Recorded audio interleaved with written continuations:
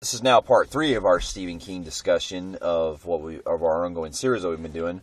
So now we get it to where in 1990 we also had a few other films that came out this year, along with Tales from the Dark Side of the movie. We also had Stephen King's Graveyard Shift, which came out in 1990 as well. Which is funny because I remember growing up hearing this film. My parents had the DVD or the VHS, but I really never tried it out.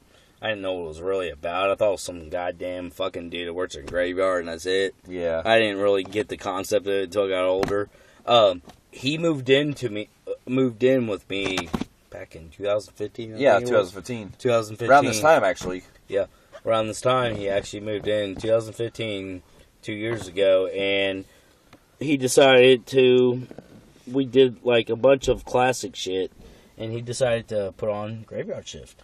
Yeah, we finally watched it together, because I've seen it before, but he never saw it. Yeah. And we watched it together, and I gotta admit, like, that movie was pretty fucking creepy. I will say it was creepy, but also I think it's one of Stephen King's most goriest films. Yeah, it definitely is. Adaptation-wise, man. Because the whole premise is that you have, like, these mine workers that are working in like, these weird mines, and they discover that there's a lot of rats that are crawling around in there all the time. Mm-hmm. And one of the main guys that's like the boss there, he's a fucking dickhead who's like this German dude or whatever, who's talking shit all the time and basically, causing a scene.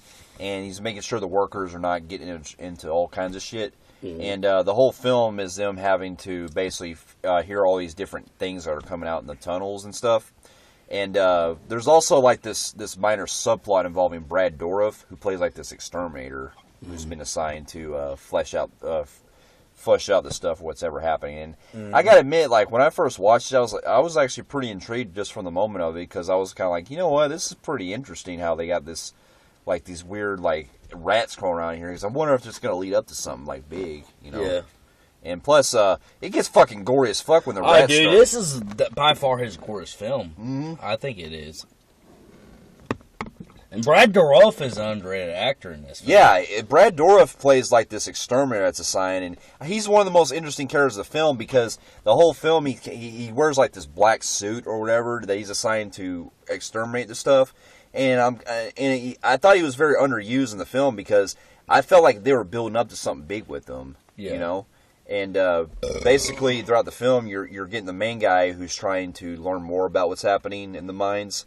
And basically, you're pretty straightforward. You're having the characters basically getting eaten alive by this weird entity that's coming around. And it's actually showing like fucking people getting torn to fucking shreds. Dude. Yeah. And you don't really see Stephen King do a lot of shit like this, because he's done some graphic shit, but man, a lot of his shit can be kind of like toned down considered.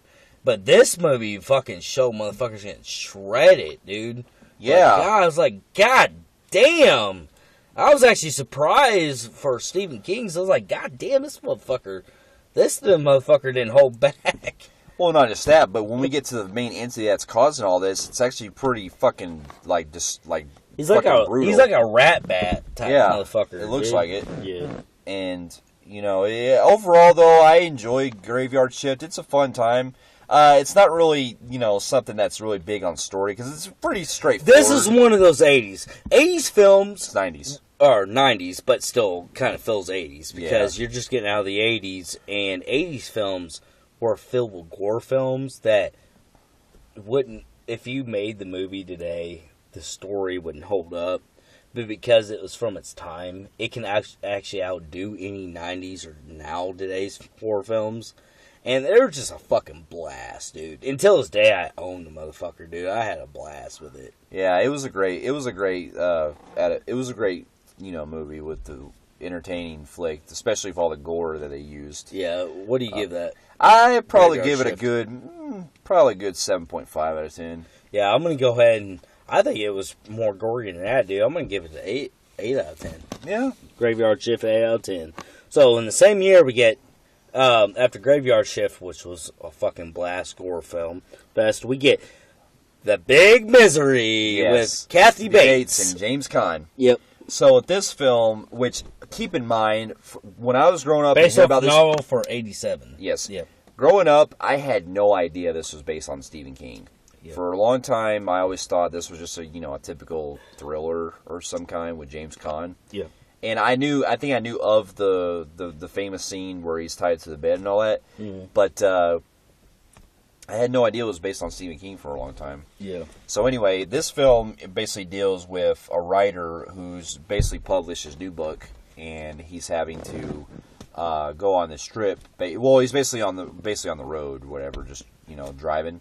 All of a sudden, he gets in a bad car accident, which leaves him pretty much disabled. He gets taken care of by this woman named Annie Wilkes, who is taking care of him out in the really Alaskan type, snowy area. And she takes care of him to help him get better.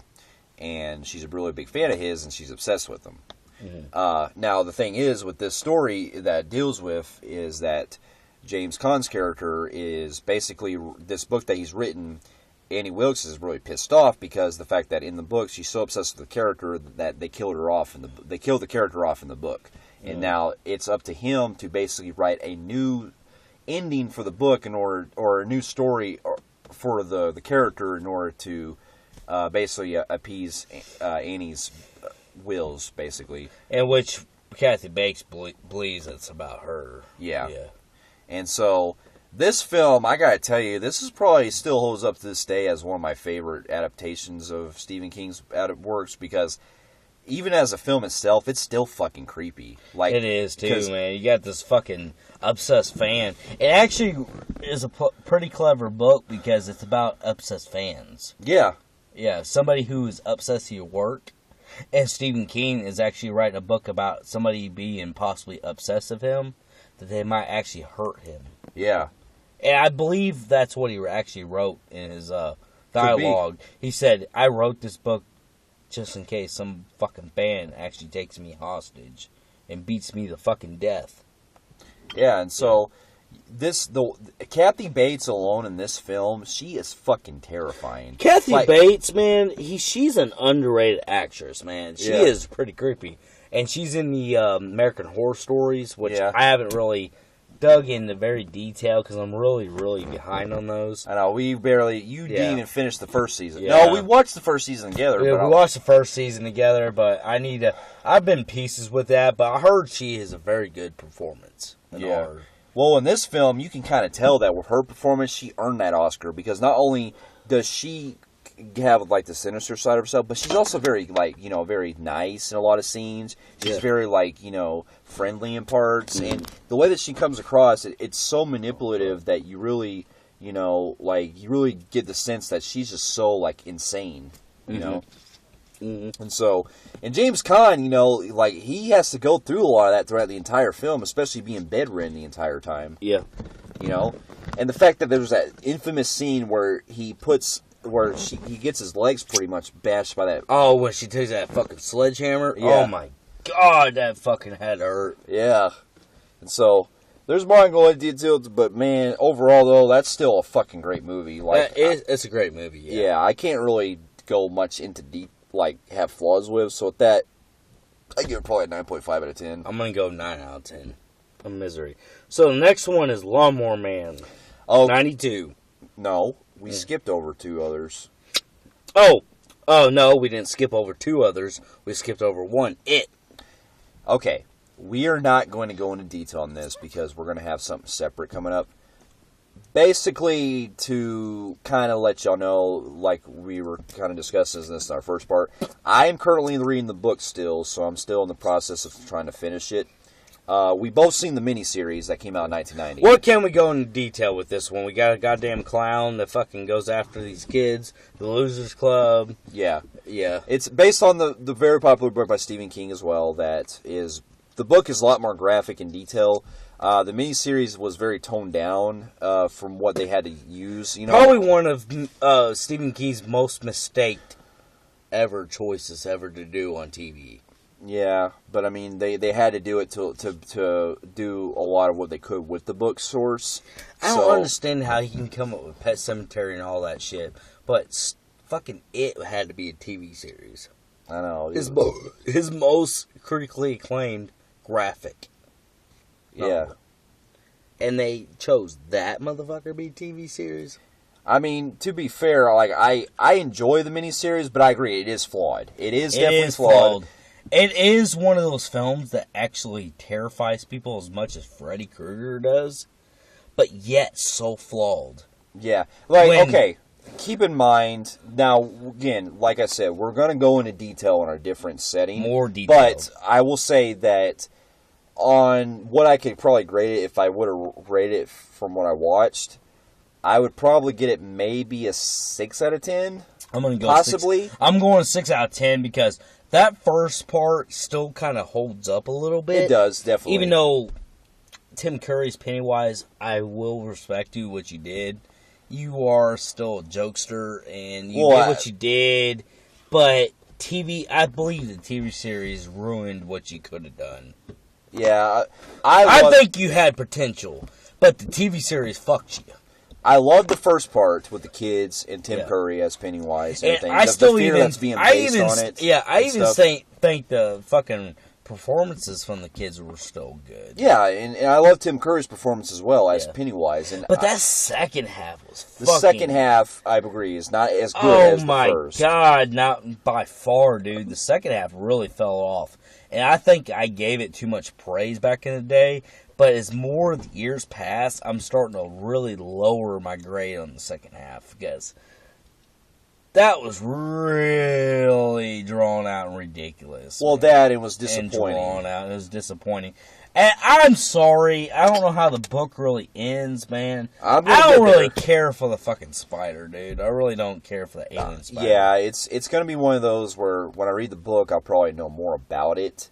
That's why I figure we could wait, until we get to the actual detail. But overall, though, we don't want to go into too much. But basically, I'm going to give it. I like it, but it is definitely flawed. But we will definitely catch up to it when we can. I'm going to give it probably a 6 out of 10 as well. I'm giving it a 6 out of 10. Yep. So 92, Lawnmower Man. 92, we get to 1992 is Lawnmower Man. So it's been a long time since I've seen this, but a little backstory on this. I really don't know much about this one. Yeah. So I have, again, this comes back from the book I own called Night Shift. Night Shift has a short story in there called The Lawnmower Man. Mm-hmm. The Lawnmower Man, from what I heard, is basically about a guy who is mentally impaired.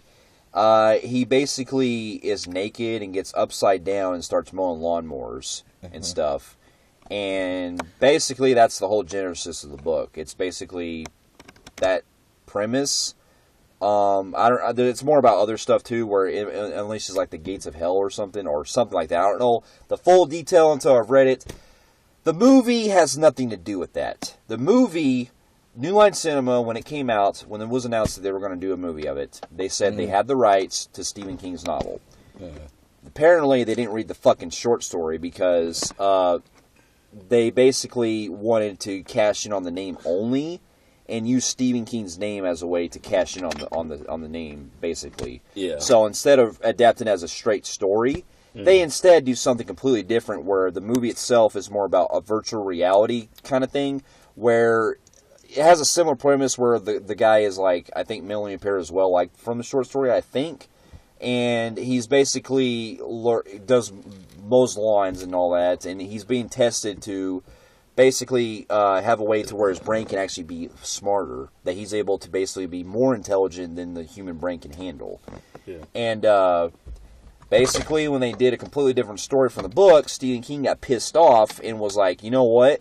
Because in the promotions that they have for the film, they actually promoted it as Stephen King's great Lawnmower Man. And so Stephen King, he actually got pissed off and was like, you know what? No, you're going to take my name off there. And he actually sued New Line Cinema for that because they used his name in the promotions. So he won the lawsuit, and guess what?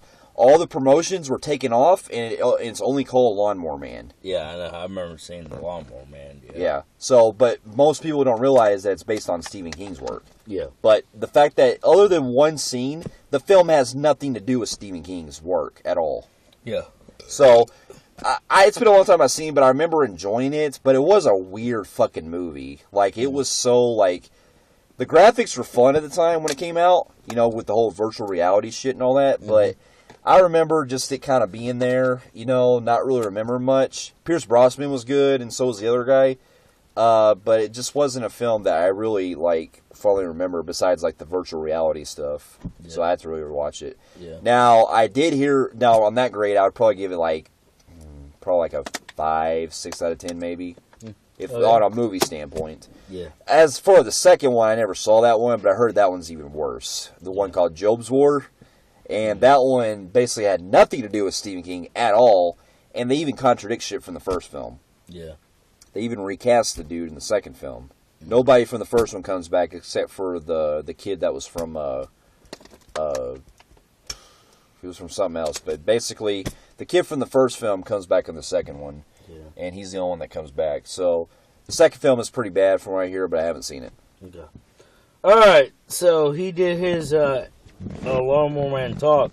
I'm going to do the 1992's talk of Sleepwalker. Me too, because I've seen that film and I really enjoy it. I will tell you right now, I absolutely love this fucking film. Sleepwalker, which starred a pretty good cast, right? You know. Yeah.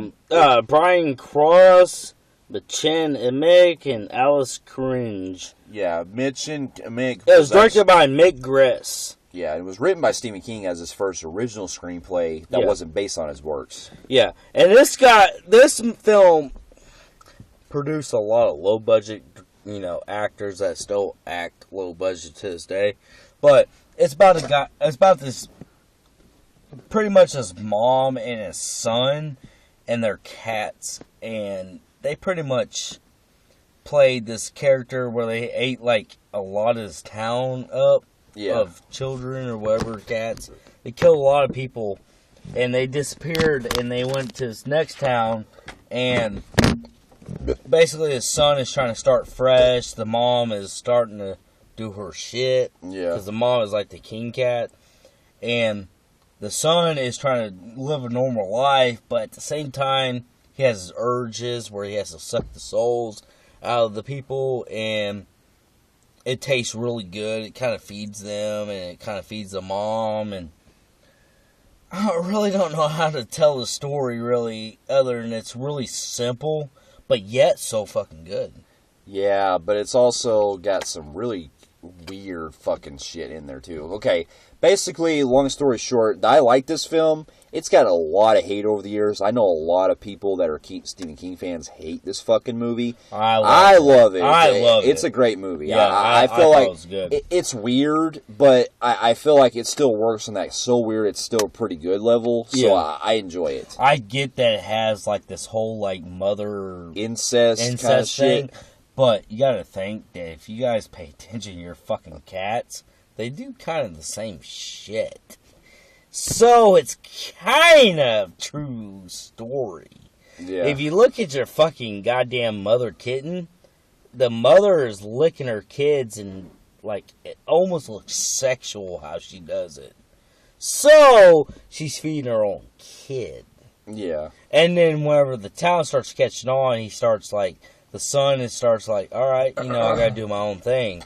And starts fucking... And he rips that fucking dude's arm off, and god damn, it gets graphic as fuck. And that's what I wanted to tell you. This film is bizarre in the most weirdest ways, but for some reason it has like a fun factor to it. Like, for example... It does. I had a blast with it, dude. For example, like the part where it had the dude from Beetlejuice show up where he's trying to rape the dude or something. Mm-hmm. All of a sudden, the dude rips his arm off, and the way that it's played out, it kind of feels like it's a comedy. Because he's saying, you're right, man, I probably shouldn't be doing that. The way that the dialogue is kind of said, it's like, is this supposed to be a comedy? Because it doesn't sound like it's serious. Not only that, this film actually started the beat to Puff Daddies. Oh, it did? Oh, wow. Here, I'm gonna play it to my buddy right now, but... No, don't play. I don't want to get copyright. Oh, yeah. But anyways... But anyway, Puff Daddy actually took the fucking theme to this, and he made a fucking thing out of it. But anyways, yeah. But yeah, this also has to do with the fact that... there was these other gore scenes. Like, who I also forgot was in the film? Ron Perlman. Ron Perlman, he was the cop, the father of that girl they fucking end up snapping his fucking arm and ripping his shit off, dude. Yeah. And that mom is fucking brutal as shit, and dude. not to mention, we had other cameos, too. Like, at the beginning, we got to see Mark Hamill as the cop who investigates. Yeah. And then we got to see... which he'd be in Desperations later on, but... I forgot about that. Yeah, and Village of the Dam and all that. Yeah. And also... John Carpenter's. Yeah, of course. And you also got to see other cameos, too, like Clyde Barker's in one scene. You also get to see I think it was Toby Hooper, Joe Dante, Clive Barker, and a couple others. So yeah, they had some some cameos. Yeah, they had a very good cameo, and I will tell you right now, it's very underrated. Yeah, it is. I think that it's one of those films that a lot of people hate, which for good, I understand. It's just, for some reason, I still get a kick out of it. I get a good kick out of it, dude. I'm sorry. And the theme... overall, I'd probably give it, even though it's got some flaws to it, I still give it a good, 8 out of 10. I'll agree with you, 8 out of 10 on that one. All right, next one, 93. The Dark Half. Never seen it. Me and him are standstill. I don't know anything about it. I know it's directed by George Romero, it's just I've never seen it. Should we read it? Well, I know that it's a adaptation of Stephen King's novel of the same name. The film was directed by George A. Romero, stars Timothy Holton as Thod Beaumont, George Shark, Amy Medron, Michael Rooker, yeah. And Alan Pagborn as Royal Dano is this fine film. This is this one right here. Yeah, I see it, yeah. Yeah, I've never seen the fucking goddamn cover to this, but I've never seen it, so... Yeah, don't really have much to comment on it until we've seen it. Yeah, so... We're not gonna give you guys fucking grades of something we ain't gonna fucking seen, dude. Yeah. I mean, that's fucking... What else we got? Needful Things! I seen this motherfucker. What's that one about?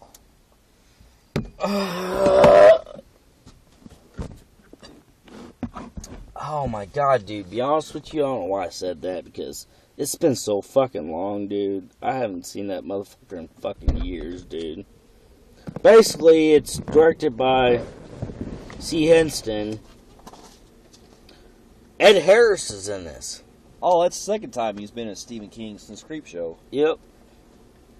Basically, the plot is a mysterious named Gaunt, claimed to be Akron, Ohio, arrives in a small town of Castle Rock, Maine, and a sinister-looking back car and opens up a new antique store, Needful Things. The store sells various items of great personal worth to the residents. Oh, yeah, I remember hearing about this one. I can't give you guys a grade in this one. I'm sorry. I have to rewatch this, but I remember this being on TV. The guy sells you guys fucking Indian artifacts or some bullshit, and you guys fucking turn.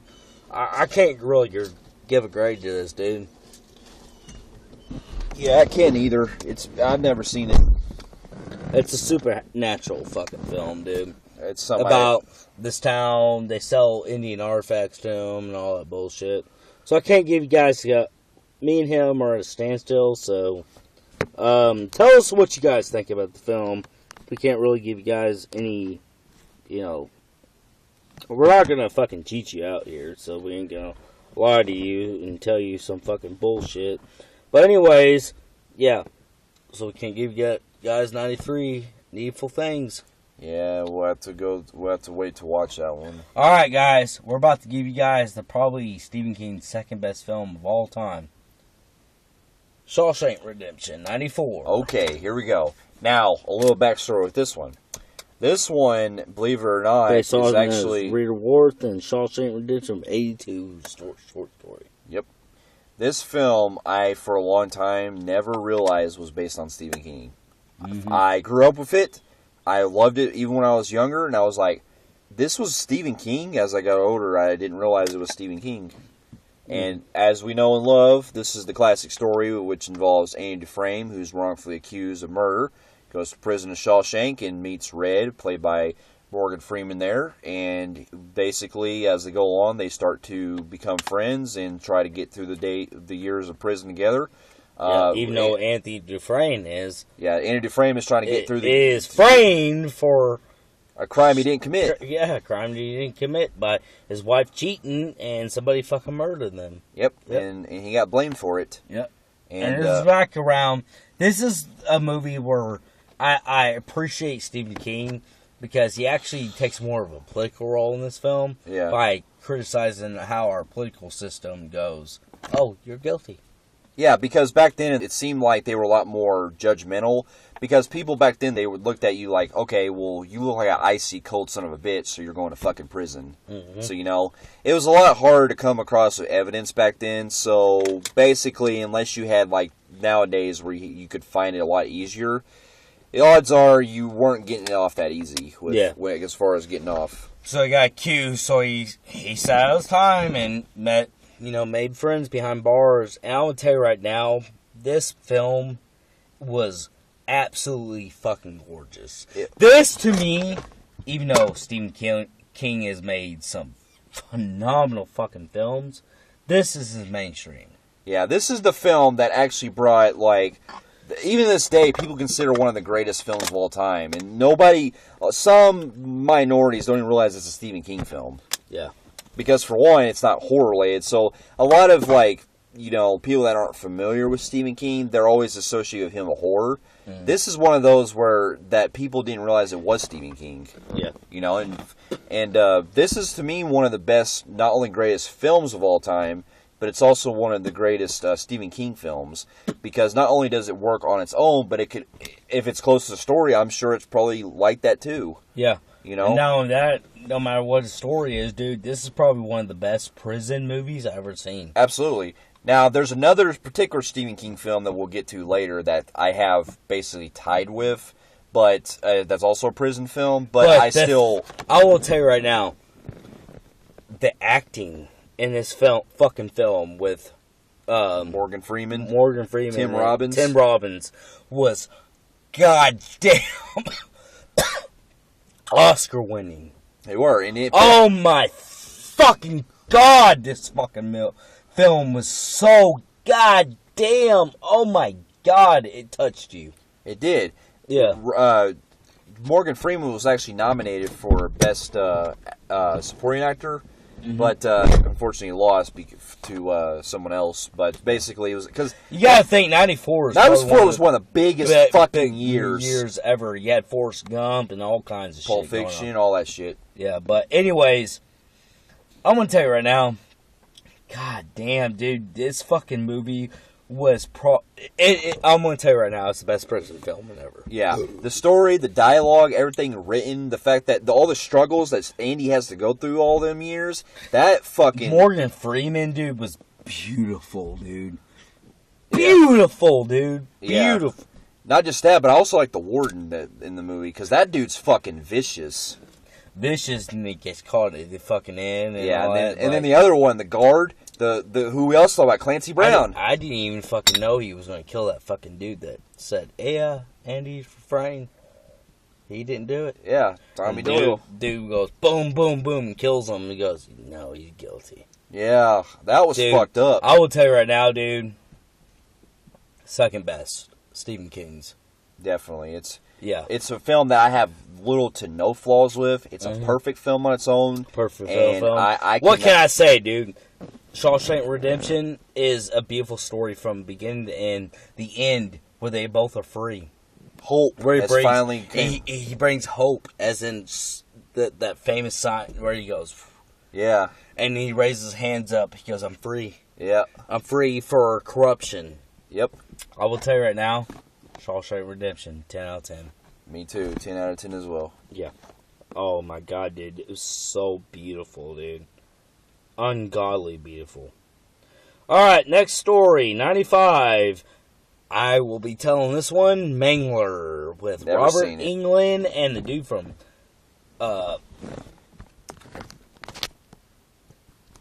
it's Robert Englund and the dude from fucking... Look it up. dude that played the Buffalo Bill. Ted Levine. Ted Levine. Ted Levine plays a detective in this story. Robert Englund runs this Mangler fucking factory, which this fucking goddamn laundry machine comes to life and eats this fucking old woman, which I will say was pretty fucking graphic, dude. Oh, wow. It was. It tore the fucking woman to shreds, dude. I will tell you, this is one of those films that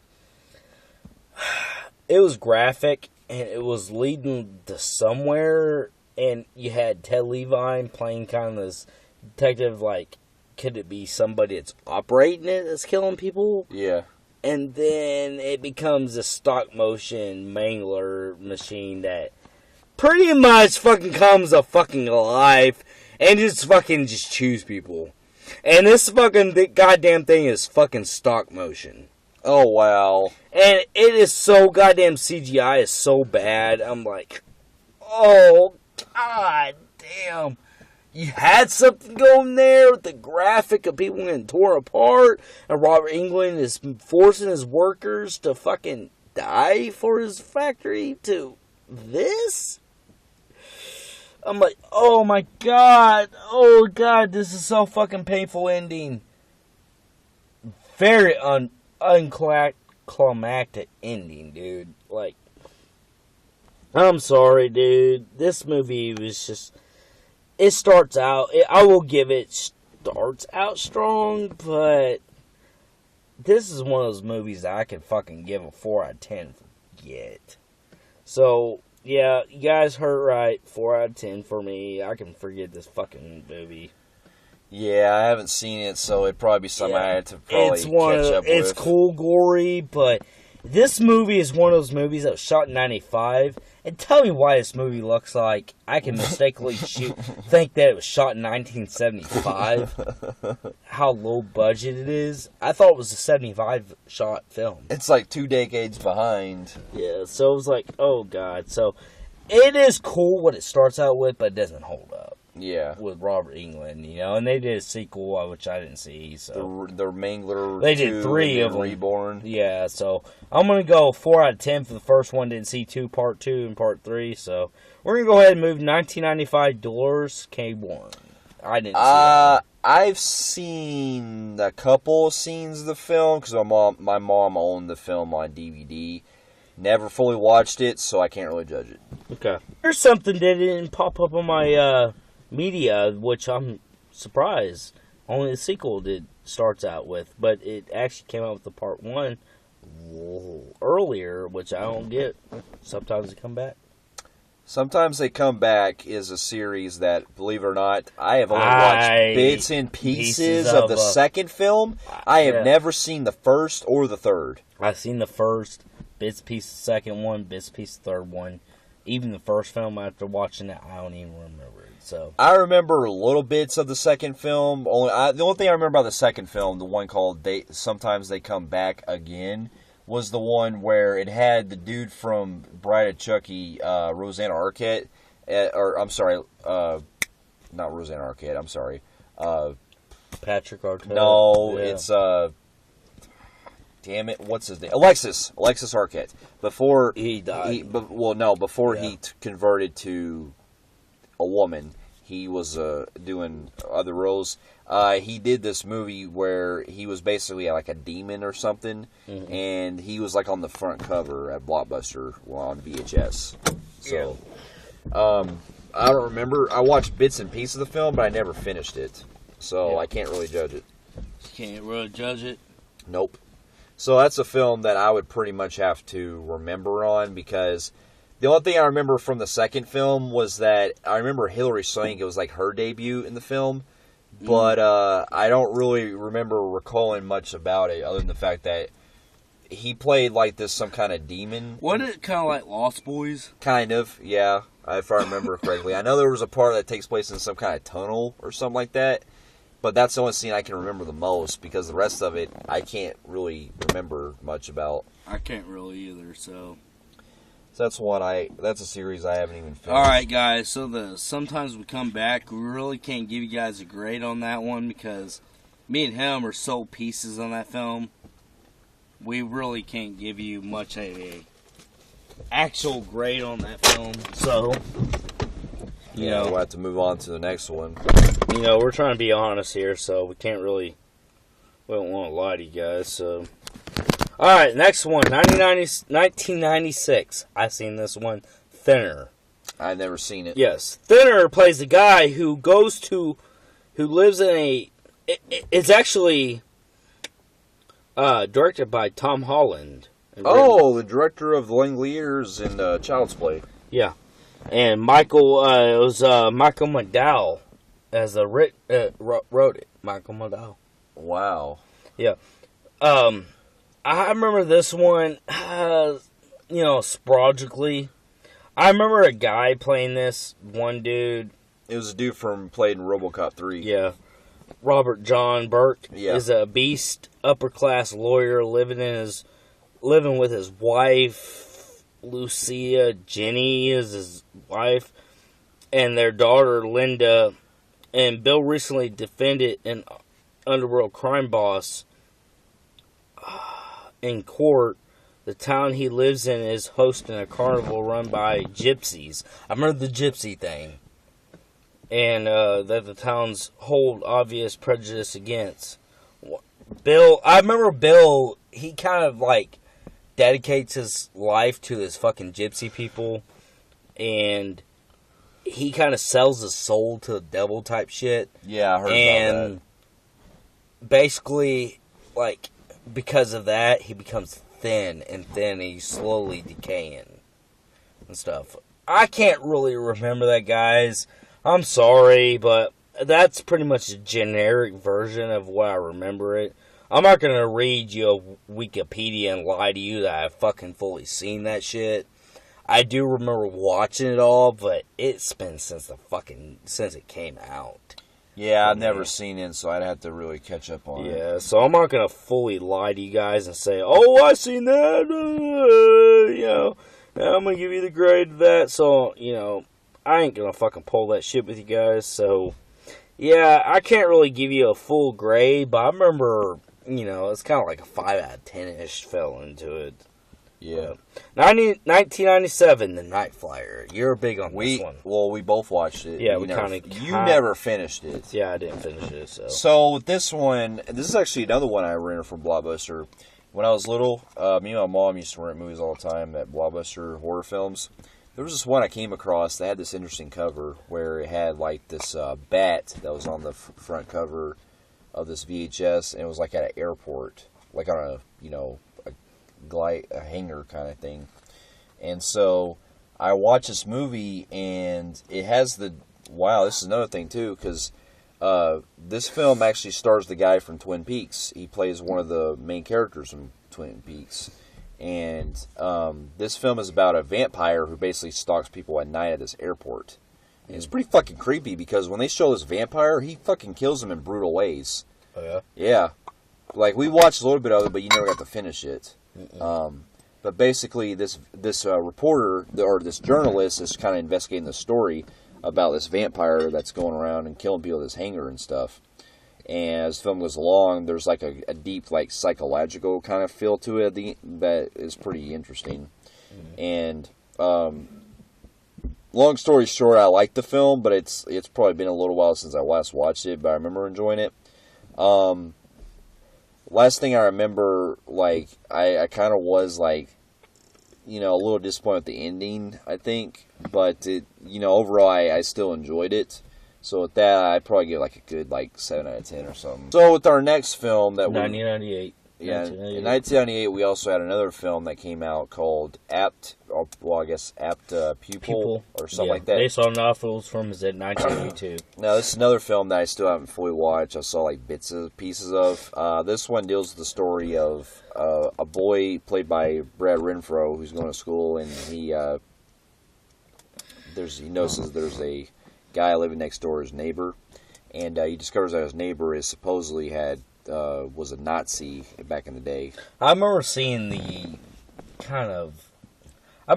movie a little bit, but man, talk about one of those rare movies where I really can very remember that shit. So it's one of those that I really haven't fully watched, so I can't really judge it. I just know the general story about it.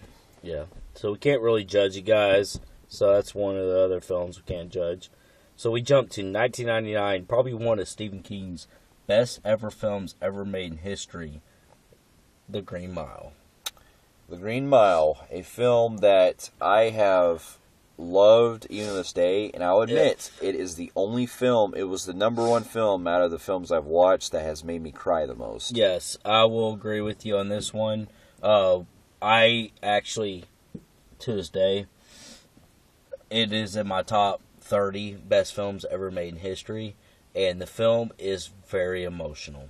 Yeah. So let's go in detail about that one. So with this one is another film that's set in prison that's also based on Stephen King's work. This one, same name, Green Mile. Which actually, you know what, when I was growing up in school, I did see the book actually on the cover of it that had the movies cover of it. That was the book of Green Mile, and it was by Stephen King. I was like, I didn't know that Stephen King wrote The Green Mile. So never read it, but I can only assume that probably the book is close to the movie. So many people got the stereotype of Stephen King being a horror author, just a horror author in general, and people don't believe that he did Stand By Me, Shawshank Redemption, Green Mile, Secret Window, which I don't really find that as a hardcore horror. It's got thriller. It's got a thriller feel, but it's not really horror. It's not. So the guy can have talents, other roles. Yeah. So Green Mile, dude. I'm gonna tell you right now.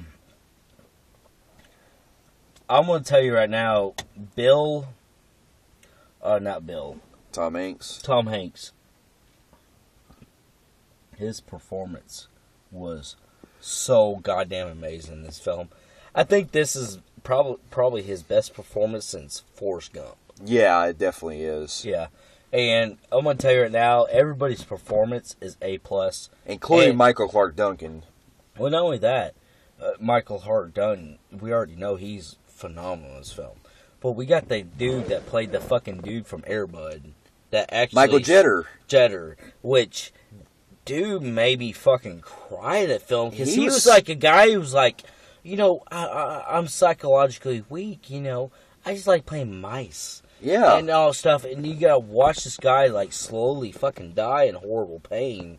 And it's like, the guy didn't really... He was a saint. Yeah. And you got all these guys with horrible crimes back when our, government considered horrible crimes as rape and other shit. Yeah. And these guys didn't really commit the crime. And it was based off of, like you said, judgmental. And I'm going to tell you right now, Michael Clark Duncan, the way he can cure people, dude, that was so goddamn fucking emotional. Oh my god, dude, I don't know if I ever cried so hard in a fucking film. And Tom Hanks, knowing that he's doing wrong, killing him. Yeah, that's what I'm saying. It's like, not he's to mention, forced to do it, man. It's like... Not to mention, even though the film is about 3 hours long, it still doesn't feel that. It feels like it goes by so fast, And plus, also, I just felt like, the film touched me on so much of an emotional level that, even in prison, unlike Shawshank Redemption, where it was basically you're rooting for just for the criminals. Yeah. This one, you get both the criminals and the guards. Yeah, because Tom Hanks doesn't want to do it, but he's forced to do it. Yeah. Yeah, and he's crying because he knows this is like a gift from God. But that's what I'm saying. Yeah. They make both the guards and the criminals even likable. Well, except for Sam Rockwell, but all the other criminals, including even the other guy, the kind of Asian or Native American dude or whatever, at the beginning of the film. Yeah. And him, and then the Michael Jeter. Yeah. So you get at least some of the criminals that are even friendly too. Yeah. So, I mean, there are still, It's a very beautiful story. It is, It is. And I will tell you right now, my mom, my dad, my grandma, everybody, I think I can speak for everybody in this country or the world who can actually say this movie is downright probably Stephen King's best. Downright. It is his number one film of all time. And I will tell you right now, this film is probably my top 10 best of all time. So, I will say right now, Green Mile, 10 out of 10. It's Man too, 10 out of 10 as well. Oh, God, dude, it is so goddamn beautiful, dude. Like, it makes me want to pray to the gods. It's so beautiful. So, anyways, so we move on, unfortunately. Such a good, so gorgeous, beautiful film. We go to 2001, Hearts of Atlantis. Never seen it. Never seen it either. You don't want us to judge it either, so. Alright, so we move on. Alright, guys. Me and him, we're going to agree on this one. I'm sorry, guys. I actually seen you guys praise this film. I get why you might have done it. This film, I'm sorry, guys. I thought this fucking shit was fucking terrible. Terrible. And this is 2003's Dreamcatcher. Yeah. Now, I'm sorry, guys. This fucking film was fucking bad. Yeah, this was a film I went into high expectations for. Yeah. I saw the poster when I was at the theater when it came out. I was like, holy shit, what is this movie? It's got like a dude just like sitting there in the snow or whatever, and there's like a truck behind him. And then it has like a Dreamcatcher on the top. I was like, which you thought you would cap atmosphere and yeah, all that shit. Which, so. at least from the look of it, it looks like it's going for it. Because this film, believe it or not, was directed by Lawrence Kasdan, I believe. Who, believe it or not, did you know he was the guy who wrote all the Star Wars films? Oh, yeah? Yeah, he actually wrote all the Star Wars movies. Yeah. And basically, this film has an interesting premise. You have four friends that are reuniting together, and they all have like abilities, like special telekinesis abilities, which is good on concept. This is one of those movies that are good on paper, but and they have a great fucking cast. And they got a big fucking cast in this, but dude, goddamn, talk about a goddamn fucking movie that can do such a big cast and fuck it up. Waste such a cast. God damn, dude. I'm sorry, dude. My mom recommended me. This is one of those films that my mom loved, my dad loved, my grandma loved, my grandpa loved, my friends loved. They gave it to me. They passed it on to me hardback, and I could not fucking like it. Yeah, it's a film that I'm not familiar with you guys' fucking goddamn books, but I'm sorry, but does it mean because you read the book, does it mean it executed it right? Not really, no. Not really, doesn't. I mean, it doesn't have to be, dude. You know, and there's another thing, too, with that, is that Dreamcatcher is a film that really feels like two different movies, because the whole telekinesis shit, I felt like could have worked on its own film. There's that other plot involving the aliens that feels out of place. And not only that, aliens are coming out assholes. Yeah. And poop. Like, I really didn't get that. Though, there is a clever thing, I will give you guys credit, I actually missed in the series, where they do a part where they actually admit they're in Derry, Maine, and inside the sewers, it does say Pennywise lives forever. Oh, wow. Pennywise lives forever. That's I did cool. miss that. It's in the movie. I'm sorry. I will give you guys credit for that. Pennywise lives forever, as in he never died. Well, and one thing, too, I also like, too, is I love the cinematography. I like the snow look. So it's like, I will give cinematography, I will give main cast, I will give... Well, I will say that, like, the concept itself with the whole telekinesis thing sounds interesting, but it's not worked well because... But it's also got the Pennywise mixed with... Because what it is, in the book, it says Pennywise lives forever, and what me and you missed was Bill and the Losers Club leave a message to those people saying, good luck. Oh, wow, really? Good luck in your battle. Damn. And they're basically saying all this shit that's going on with the real world is actually done by Pennywise. That's interesting. Pennywise is actually giving up on the hidden factor, and he wants to take over the world all at once. So, I will give him that. I will give him that. But that's where they fail. They bring it up in the beginning of it, but then they say, you know what, let's get rid of the Pennywise part and just let's do our own thing. Well, and you know what's also weird with the film? for some reason, I don't know why, it just kind of bugged me. Morgan Freeman's character kind of feels out of place. He does. It feels like his story doesn't even have much to do with the rest of the film. Yeah, other than he's like some fucking dude who's going to listen to the main motherfuckers. Yeah, he's like the main general that's trying to get rid of the aliens and stuff, but it feels like his story, like his whole unit, like army plot, felt pointless, you know? Yeah. Because the rest of it, it's just the aliens trying to basically take control of the guy that's inside this weird mind thing of his. Yeah. I really didn't give a fuck about that part, dude. Yeah, that was weird. This is one of those films that I know got a lot of praise on a lot of groups. You know what? We're all about opinions. You know, if you like something we don't like, cool. We accept it. We're not fucking dickheads. We're not going to say, oh, fuck you, you fucking cocksuckers. We ain't going to do that. Yeah. If we like something you don't like, more power to you guys. Yeah. More power to you. I'm glad something. Because you know what? That's what's beautiful about this world. We're subjective. We're subjective. What we don't like, you like. What if you like, we don't like. Yeah. It's subjective. So that's what I love about this world, dude. Yeah. We can all be, you can like something that I don't like. I like that. That's what I'm saying. It's gorgeous. It's beautiful, in my opinion. It's great. I love subjective. Me too. Yeah. Well, overall, though, I'm probably going to give maybe a 2.5 out of 10. Yeah, I'm going to go 2 out of 10 on this one. Dreamcatcher was probably one of the worst adaptations. It's probably one of the worst theatrical I will say it's theatrical, but I think it's easily his top 5 worst of all time. So, I'm sorry. I gave a speech about we're subjective, but, me and my buddy here are going to give our things. I never thought, anything about this film. And I'm going to tell you right now, more biased to him, so we don't sound me and him are teaming up.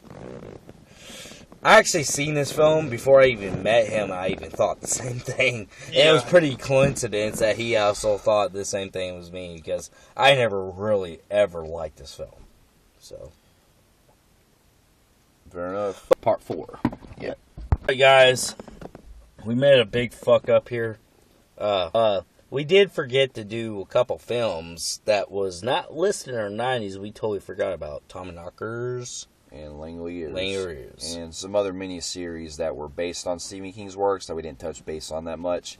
Okay, the first one we'll start with is The Langille Years. So, The Langille Years was a film that came out, I believe, in 95, I believe. It was in the mid-90s, and basically it was directed by the same guy who did the first Child's Play film in Fright Night, Tom Holland. This was I love Fright Night. He did a fucking damn good job in Fright Night, dude. Yeah. And then this film was supposed to be basically the idea that these passengers are on this plane, they get trapped in some kind of weird time warp or something like that, and basically they go into a different dimension and they're having to survive or try to get back because there's something happening with these weird entities that are coming after them. And I'll admit that I've probably never really fully finished the film. It's been a long time since I really remember glancing at it. So I can't even be honest if I even finished it. But basically, that film, if I remember correctly, though, that was 95, yeah. Yeah. That had some of the worst CGI I had seen at the time. Yeah, I'm going to tell you right now, I agree with you on the CGI. It was probably the worst CGI of all time. Yeah. Of Stephen King's, other than the Shining reboot TV series. This and Shining battle for the worst CGI of all time of history. Yeah. And not only that, man, I really don't give a fuck about them goddamn meatball motherfuckers with goddamn fucking fangs and shit, dude. I really didn't care about them. I remember that one dude going, ah!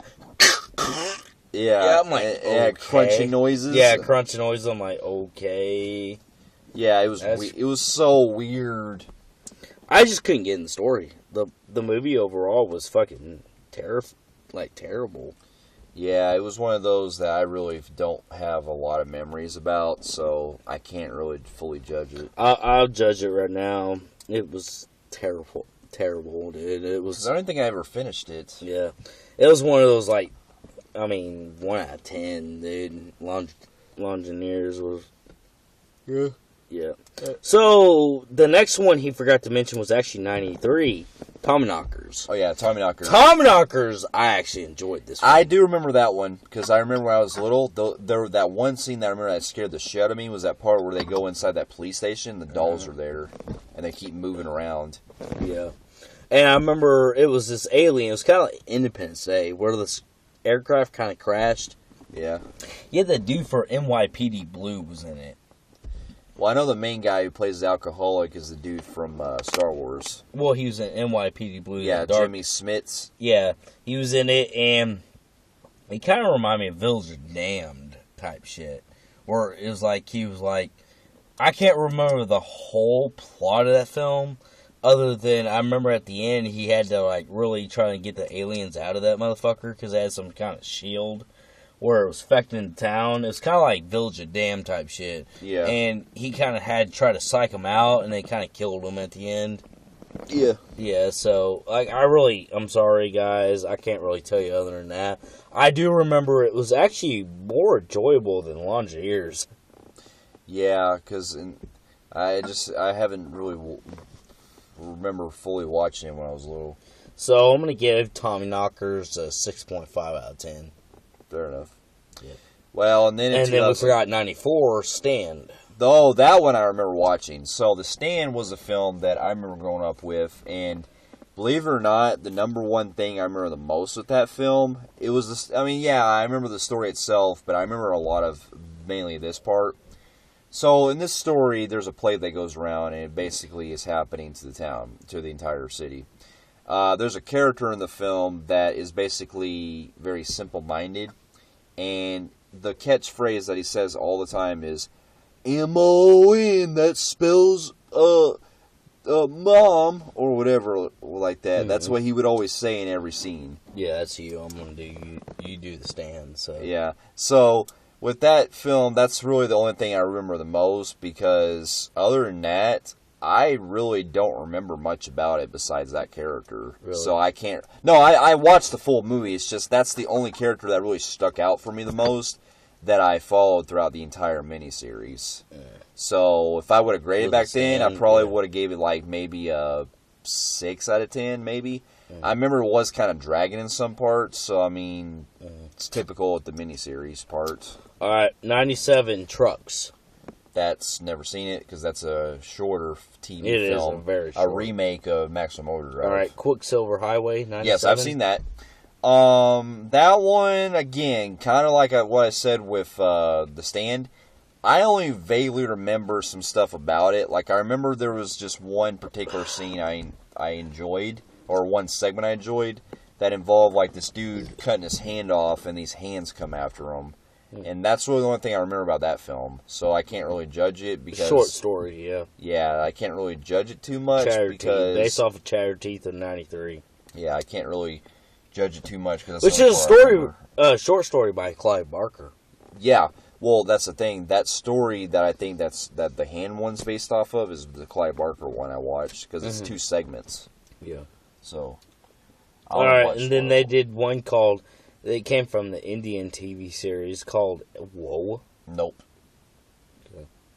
Storm of Century, 99. Never watched it, actually. I'm not going to judge it, guys. I seen probably not even a quarter of it, so I can't judge. Storm of Century, but I did hear some praise for it. I heard it's actually not too bad. Just haven't seen it. Leave us a comment. Tell us what you guys thought about Storm of the Century. Same with the next one we forgot to mention, Rose Red, 2002. I've seen that one. All right. So that's one that I actually have watched. I actually finally watched it for the first time in 2011 with my neighbor, and we watched it, and it kind of had some uninteresting. It did have a lot of interesting things happening. But I did kind of feel like the ghosts were underused a lot throughout the film because they could have done a lot more. Mm-hmm. And I felt like the pacing was not really necessary to be dragged out that long because it was pretty, padded out. Other than that, like I enjoyed the film overall, but I thought that it could have been like trimmed down at least. So what do you think? Probably good, like, I don't know, 6.5 out of 10. 6.5 out of 10. There was also a prequel that came out called the Diary of Ellen Rosebauer, which I liked. So I probably give that one, because it was a little shorter and I kind of got into it a little more. Well, no, I had about the same, so I had about like a 6.5 as well. Okay. So alright guys, 2006, Ron Perlman's Desperations.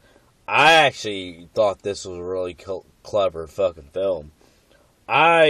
Even though it came out in 2006, I didn't actually know this film until about 2008, 9-ish. My mom had it burn it for me in 2006 when it first came out. I didn't fucking, think about anything about watching it. So I decided, alright, I have them bootleg, put it in. And Ron Perlman plays a police officer here in kind of like a New Mexico, Arizona setting, where he's playing a cop, kind of like a desperado type shit. That's why it's called Desperation. Where he's actually capturing tourists and people driving by through, trying to, go through. And he's capturing them, and his police department is built over Indian Bear Ground. So he's doing like this, like, really fucking creepy ass ritual where it's turning fucking people into killing each other. Damn, really? Yeah, and he's fucking killing them in gruesome fucking ways, dude, and all that stuff. And, I mean, I have a hard time describing the film other than that, but I remember the film being, you know what, that was pretty fucking brutal as shit, so, I'm gonna go ahead and give that fucking film a 7 out of 10. I can see that. Yeah. 2006, Nightmare in Dreamscape. So you watch it? Never seen it. I have the book, but I've never read the series. I've never watched the miniseries. So we can't do the 11-20-20. Nope. So, alright guys, so I heard you guys talk about the 11-20-20 something. It's got to do with Dark Tower and fucking it. We can't do. So, anyways, we're at Secret Window with Johnny Depp. In 2004, this is the story of a writer who is basically being confronted by a guy who's also a writer named Shooter, and he indicates that he basically stole a story and accuses him of plagiarism. Yeah. Now, a little backstory. Now, this is a film that I actually was going to go in the theaters and see, but I didn't get a chance to. I did. Well, yeah, he got to. But I was very hyped for it because I was, under the whole, like... It was worth it, too. Yeah, definitely. Yeah, it was worth it. But what threw me off was that I didn't realize it was also based on a Stephen King story. Like, from the trailers, I didn't realize it was. So... I went in this motherfucker thing as a finger action. Yeah. So, this film, it was an interesting experience for me watching it because I caught a glimpse of it when I was at home. I shit you not, while the movie was still playing in theaters, I was able to watch it from my home when it was on like pay-per-view or something, or something like that. Or they had one of these channels that said like TBA or to be announced. They played the whole movie on there. I was like, what the fuck? That movie's still playing in theaters, So I got a chance to watch it, and lo and behold, I got a chance to watch it on there. Yeah, it was really good, dude, in theaters, man. I saw it on cheap theaters, but it was still a fucking good experience, dude. I'm gonna tell you right now, Johnny Depp, you nailed that fucking role, dude. Yeah, he did, especially because this film has been not considered not a lot of great by fans. I don't give a fuck, dude. That was a good twist ending, dude. Yeah, I mean, it's supposed to be like, if I think it's, I'm only assuming that it's probably, close to the story that it's based off of. Mm-hmm. But with this one, which it says right here, Secret Garden of 1999. Yeah. Yeah. And plus, maybe it just has to do with the fact that a lot of fans just are so biased with the book that I like the whole wilderness they captured in that film. Yeah, me too. Especially how you have that lake out there too, where that cabin is. Yep. And you also have the woods and all that. Mm-hmm. So I thought it was one of his top 10 easiest. Yeah, it definitely was. So what do you give it? Well, overall, though, especially with those great twists and turns that they use throughout the film, especially at the end, I really highly enjoy it, and I love the whole woodsy feel of it. Yeah. And with that, I'm going to probably give it a good 8.5 out of 10. I'm going to probably go a little bit higher than you. Okay. I'm going to go 9 out of 10 on that. I thought the fucking film was phenomenal, dude. I thought it was phenomenal. Alright, next one. 2004, Riding the Bullet. Never seen it. Alright, guys. We know it's a big deal to see Riding the Bullet, but we didn't see it, so... I'm sorry. Yeah, we can't do that one. Can't do a legit grade. Get Gotham Calf. Never heard of it. Nope, never heard of it either. Alright, guys. I begged my roommate to see this fucking film. It is so fucking good. It is so fucking good. I'm sorry. It is so good. I think it's easily his top 10 best. So good. And I begged my buddy right here to see it, and he did. He loved it. 1408. Oh, yes, definitely. That's a film that I actually avoided for a long time for some reason. I never got a chance to watch it. And a couple years ago, me and him watched it together, and I was blown away by it. I showed you it. Yeah. I was blown away by it. I went and seen it, and I loved it, so I showed you it. Yeah. Yeah, I was blown away by it, especially with all the great performances and the really fucking creepy atmosphere in the hotel. Zombie, yeah. Yeah, especially with the ghosts, the way they walk around, they're not really noticing much.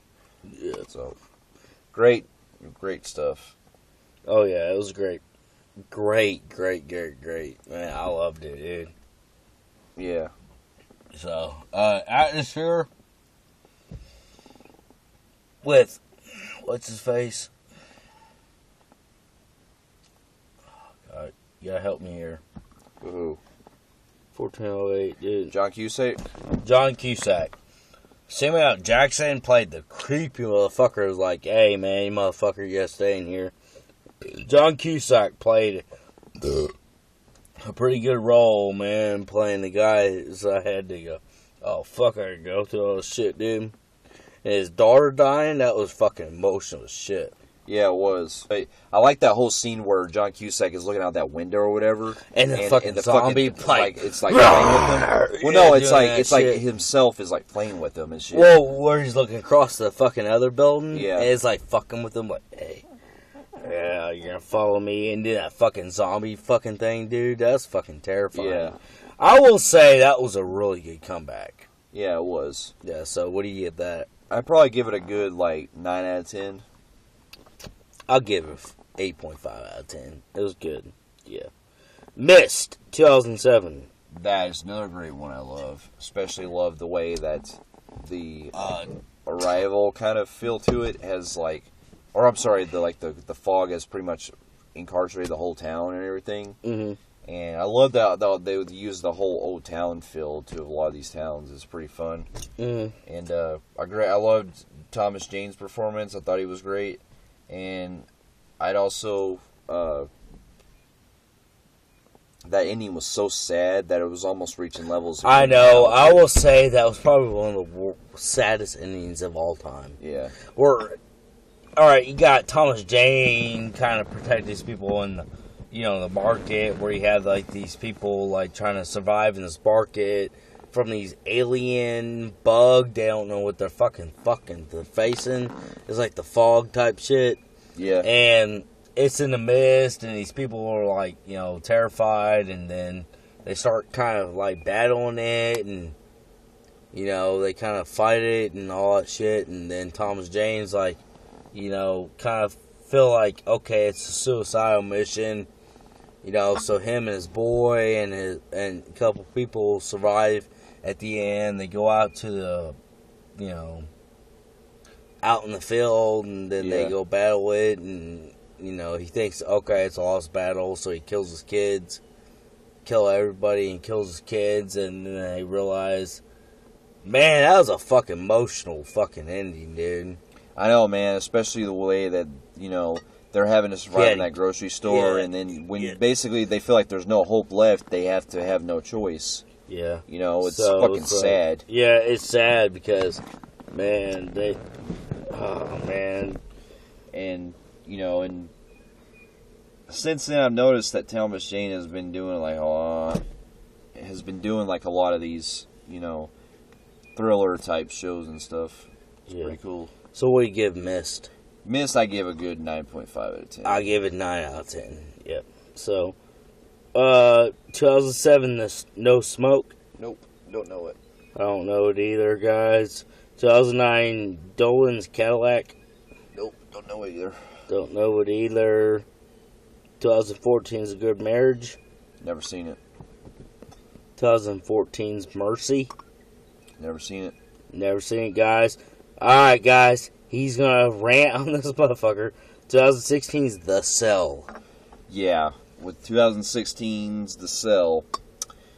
I did a rant of this on my website that you're welcome to check out if you've been following my channel. Basically, long story, that movie was so bad that it left me pretty much having a hangover the entire time. The film is so bad to the point that I called it the worst Stephen King film ever made. The CGI was so fucking worse. You know, the way it looked like Windows 95. Yeah. And then you also had like the really not so good performances from John Cusack and Samuel L. Jackson. They looked like they were wasted, yeah. Which is rare for a Samuel L. Jackson performance. Mm-hmm. But yeah, apparently. So what do you? I give that a fucking 1. I give that a 1 out of 10 because that's the worst movie on my list. Okay, 2017, Dark Tower. Give that a 6 out of 10. I think it's okay at best, but it could have been way better than what they had going for it. Because I felt like it was rushed. It was rushed, guys. I do agree with that. I think Matthew McConaughey's performance was great. I think everybody else's performance is great in the film. But you're trying to build a massive fucking universe out of this. Yeah, that's what I'm saying. Yeah. So, I mean, if you're trying to build a massive universe, you gotta build 3-4 fucking movies out of this. You can't end the way you did with Dark Tower. So. No, you can't. A lot of times when those kind of films, I feel like I said in my review was better off as a TV series than a movie. Yeah, I think Dark Tower could have worked as a TV series too. I agree with you on that. Yeah.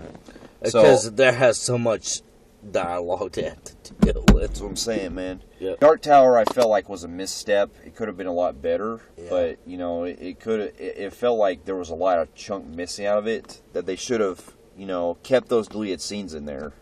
So it was a mess, but overall, I had some enjoyment because of the whole shootout sequences and things like that. And Matthew McConaughey was weird because every now and then he would be like saying weird dialogue that I didn't know whether to laugh. You gotta think, he was fucking It's father in that fucking film. In the books, but not the movie. In the books, he's playing the black man.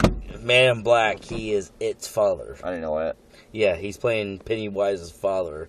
Do you buy him? I do, but it's on a different level because I buy him when he's doing the soul, like, in a way, and I'm trying to make comparisons, but basically his performance is the equivalent of watching Tommy Wiseau from the Room, and basically being on that soul, like, over the top and hilarious. Where you love it, but at the same time, it's very cringeworthy, but you just can't take your eyes off it. Yeah. I can see why a lot of people were cringeworthy on his performance because the dialogue they give him is very cringy at times, but for some reason I get a kick out of it. Yeah, you're right. So, McConaughey, I feel like he's not miscast, it's just the direction could have been a lot different. Yep. Alright, guys, you already heard our Stephen King's. Unfortunately, guys, it comes to an end. The next fucking round is it. Yes. 2017. Yes. Now, for some other ones that we might not have touched based off of, some of these we haven't seen, so we're just going based off of memory of what we remember and all that. The next adaptation that, yes, we'll be checking out will definitely be it. I'm going to try to see if I can finish the book as soon as I can, so that way when I'm done with the book, we can try to... We'll do 3 adaptations on it. That's what I'm saying, yeah. We'll do that, and so that way we can kind of compare with the book and the other 2 films. Mm-hmm. So, but we do thank you, everyone, for listening to our discussion as well from Stephen King. King's world, There might have been some we might have missed, but we were basically going by the ones based off the memory of also what we've pretty much covered. Another thing that I did want to mention, too, was how... This kind of goes back to the beginning of Stephen King. So, basically, he had, dealt with a lot of alcoholism when he was still writing. Yeah. So, there was a lot of times where Stephen King had to deal with, coke or alcoholism. Stephen King is a good dude. He is a good dude, and he knows how to write. Let's trust him. Let's, see what else he can write in his life, Yeah. He is a good guy. My grandma, she's got fucking best friends that are friends with him. He can write. Let's let him write, see what else he can do. Oh, yeah. We ain't got much life with him. Unfortunately, he is going blind from what I'm hearing, so. Which I'm really shocked to hear, because I didn't really think it would happen, Yeah. From my understanding is eyesight ain't too good, so. Wow. Whatever you can give us, keep giving us, Stephen King, dude. You're the king, dude. That's why your last name's the King. Yeah. Keep doing it, dude. Keep doing it. I'm going to be right here waiting on it. So, we love you. Yeah. And we definitely will be... I'll be definitely trying to check out some more of King's book as best as I can. I'm going to try to finish reading it as soon as I can as well.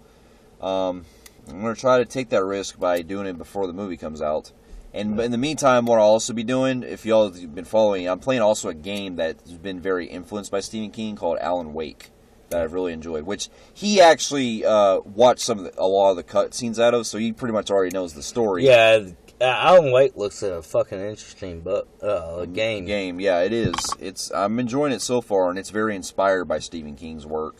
So I'm playing that, and we'll be back here probably, basically on our next Stephen King one, we'll be doing a discussion of Stephen King's It. So, all right, guys. We thank you all for joining us, and we'll be seeing you. Feel free to like and subscribe if you liked, our content, and you can also feel free to check out some of our other reviews if you like. And we'll be seeing you on our next review. All right, later, guys. We'll see you later, and have a good night.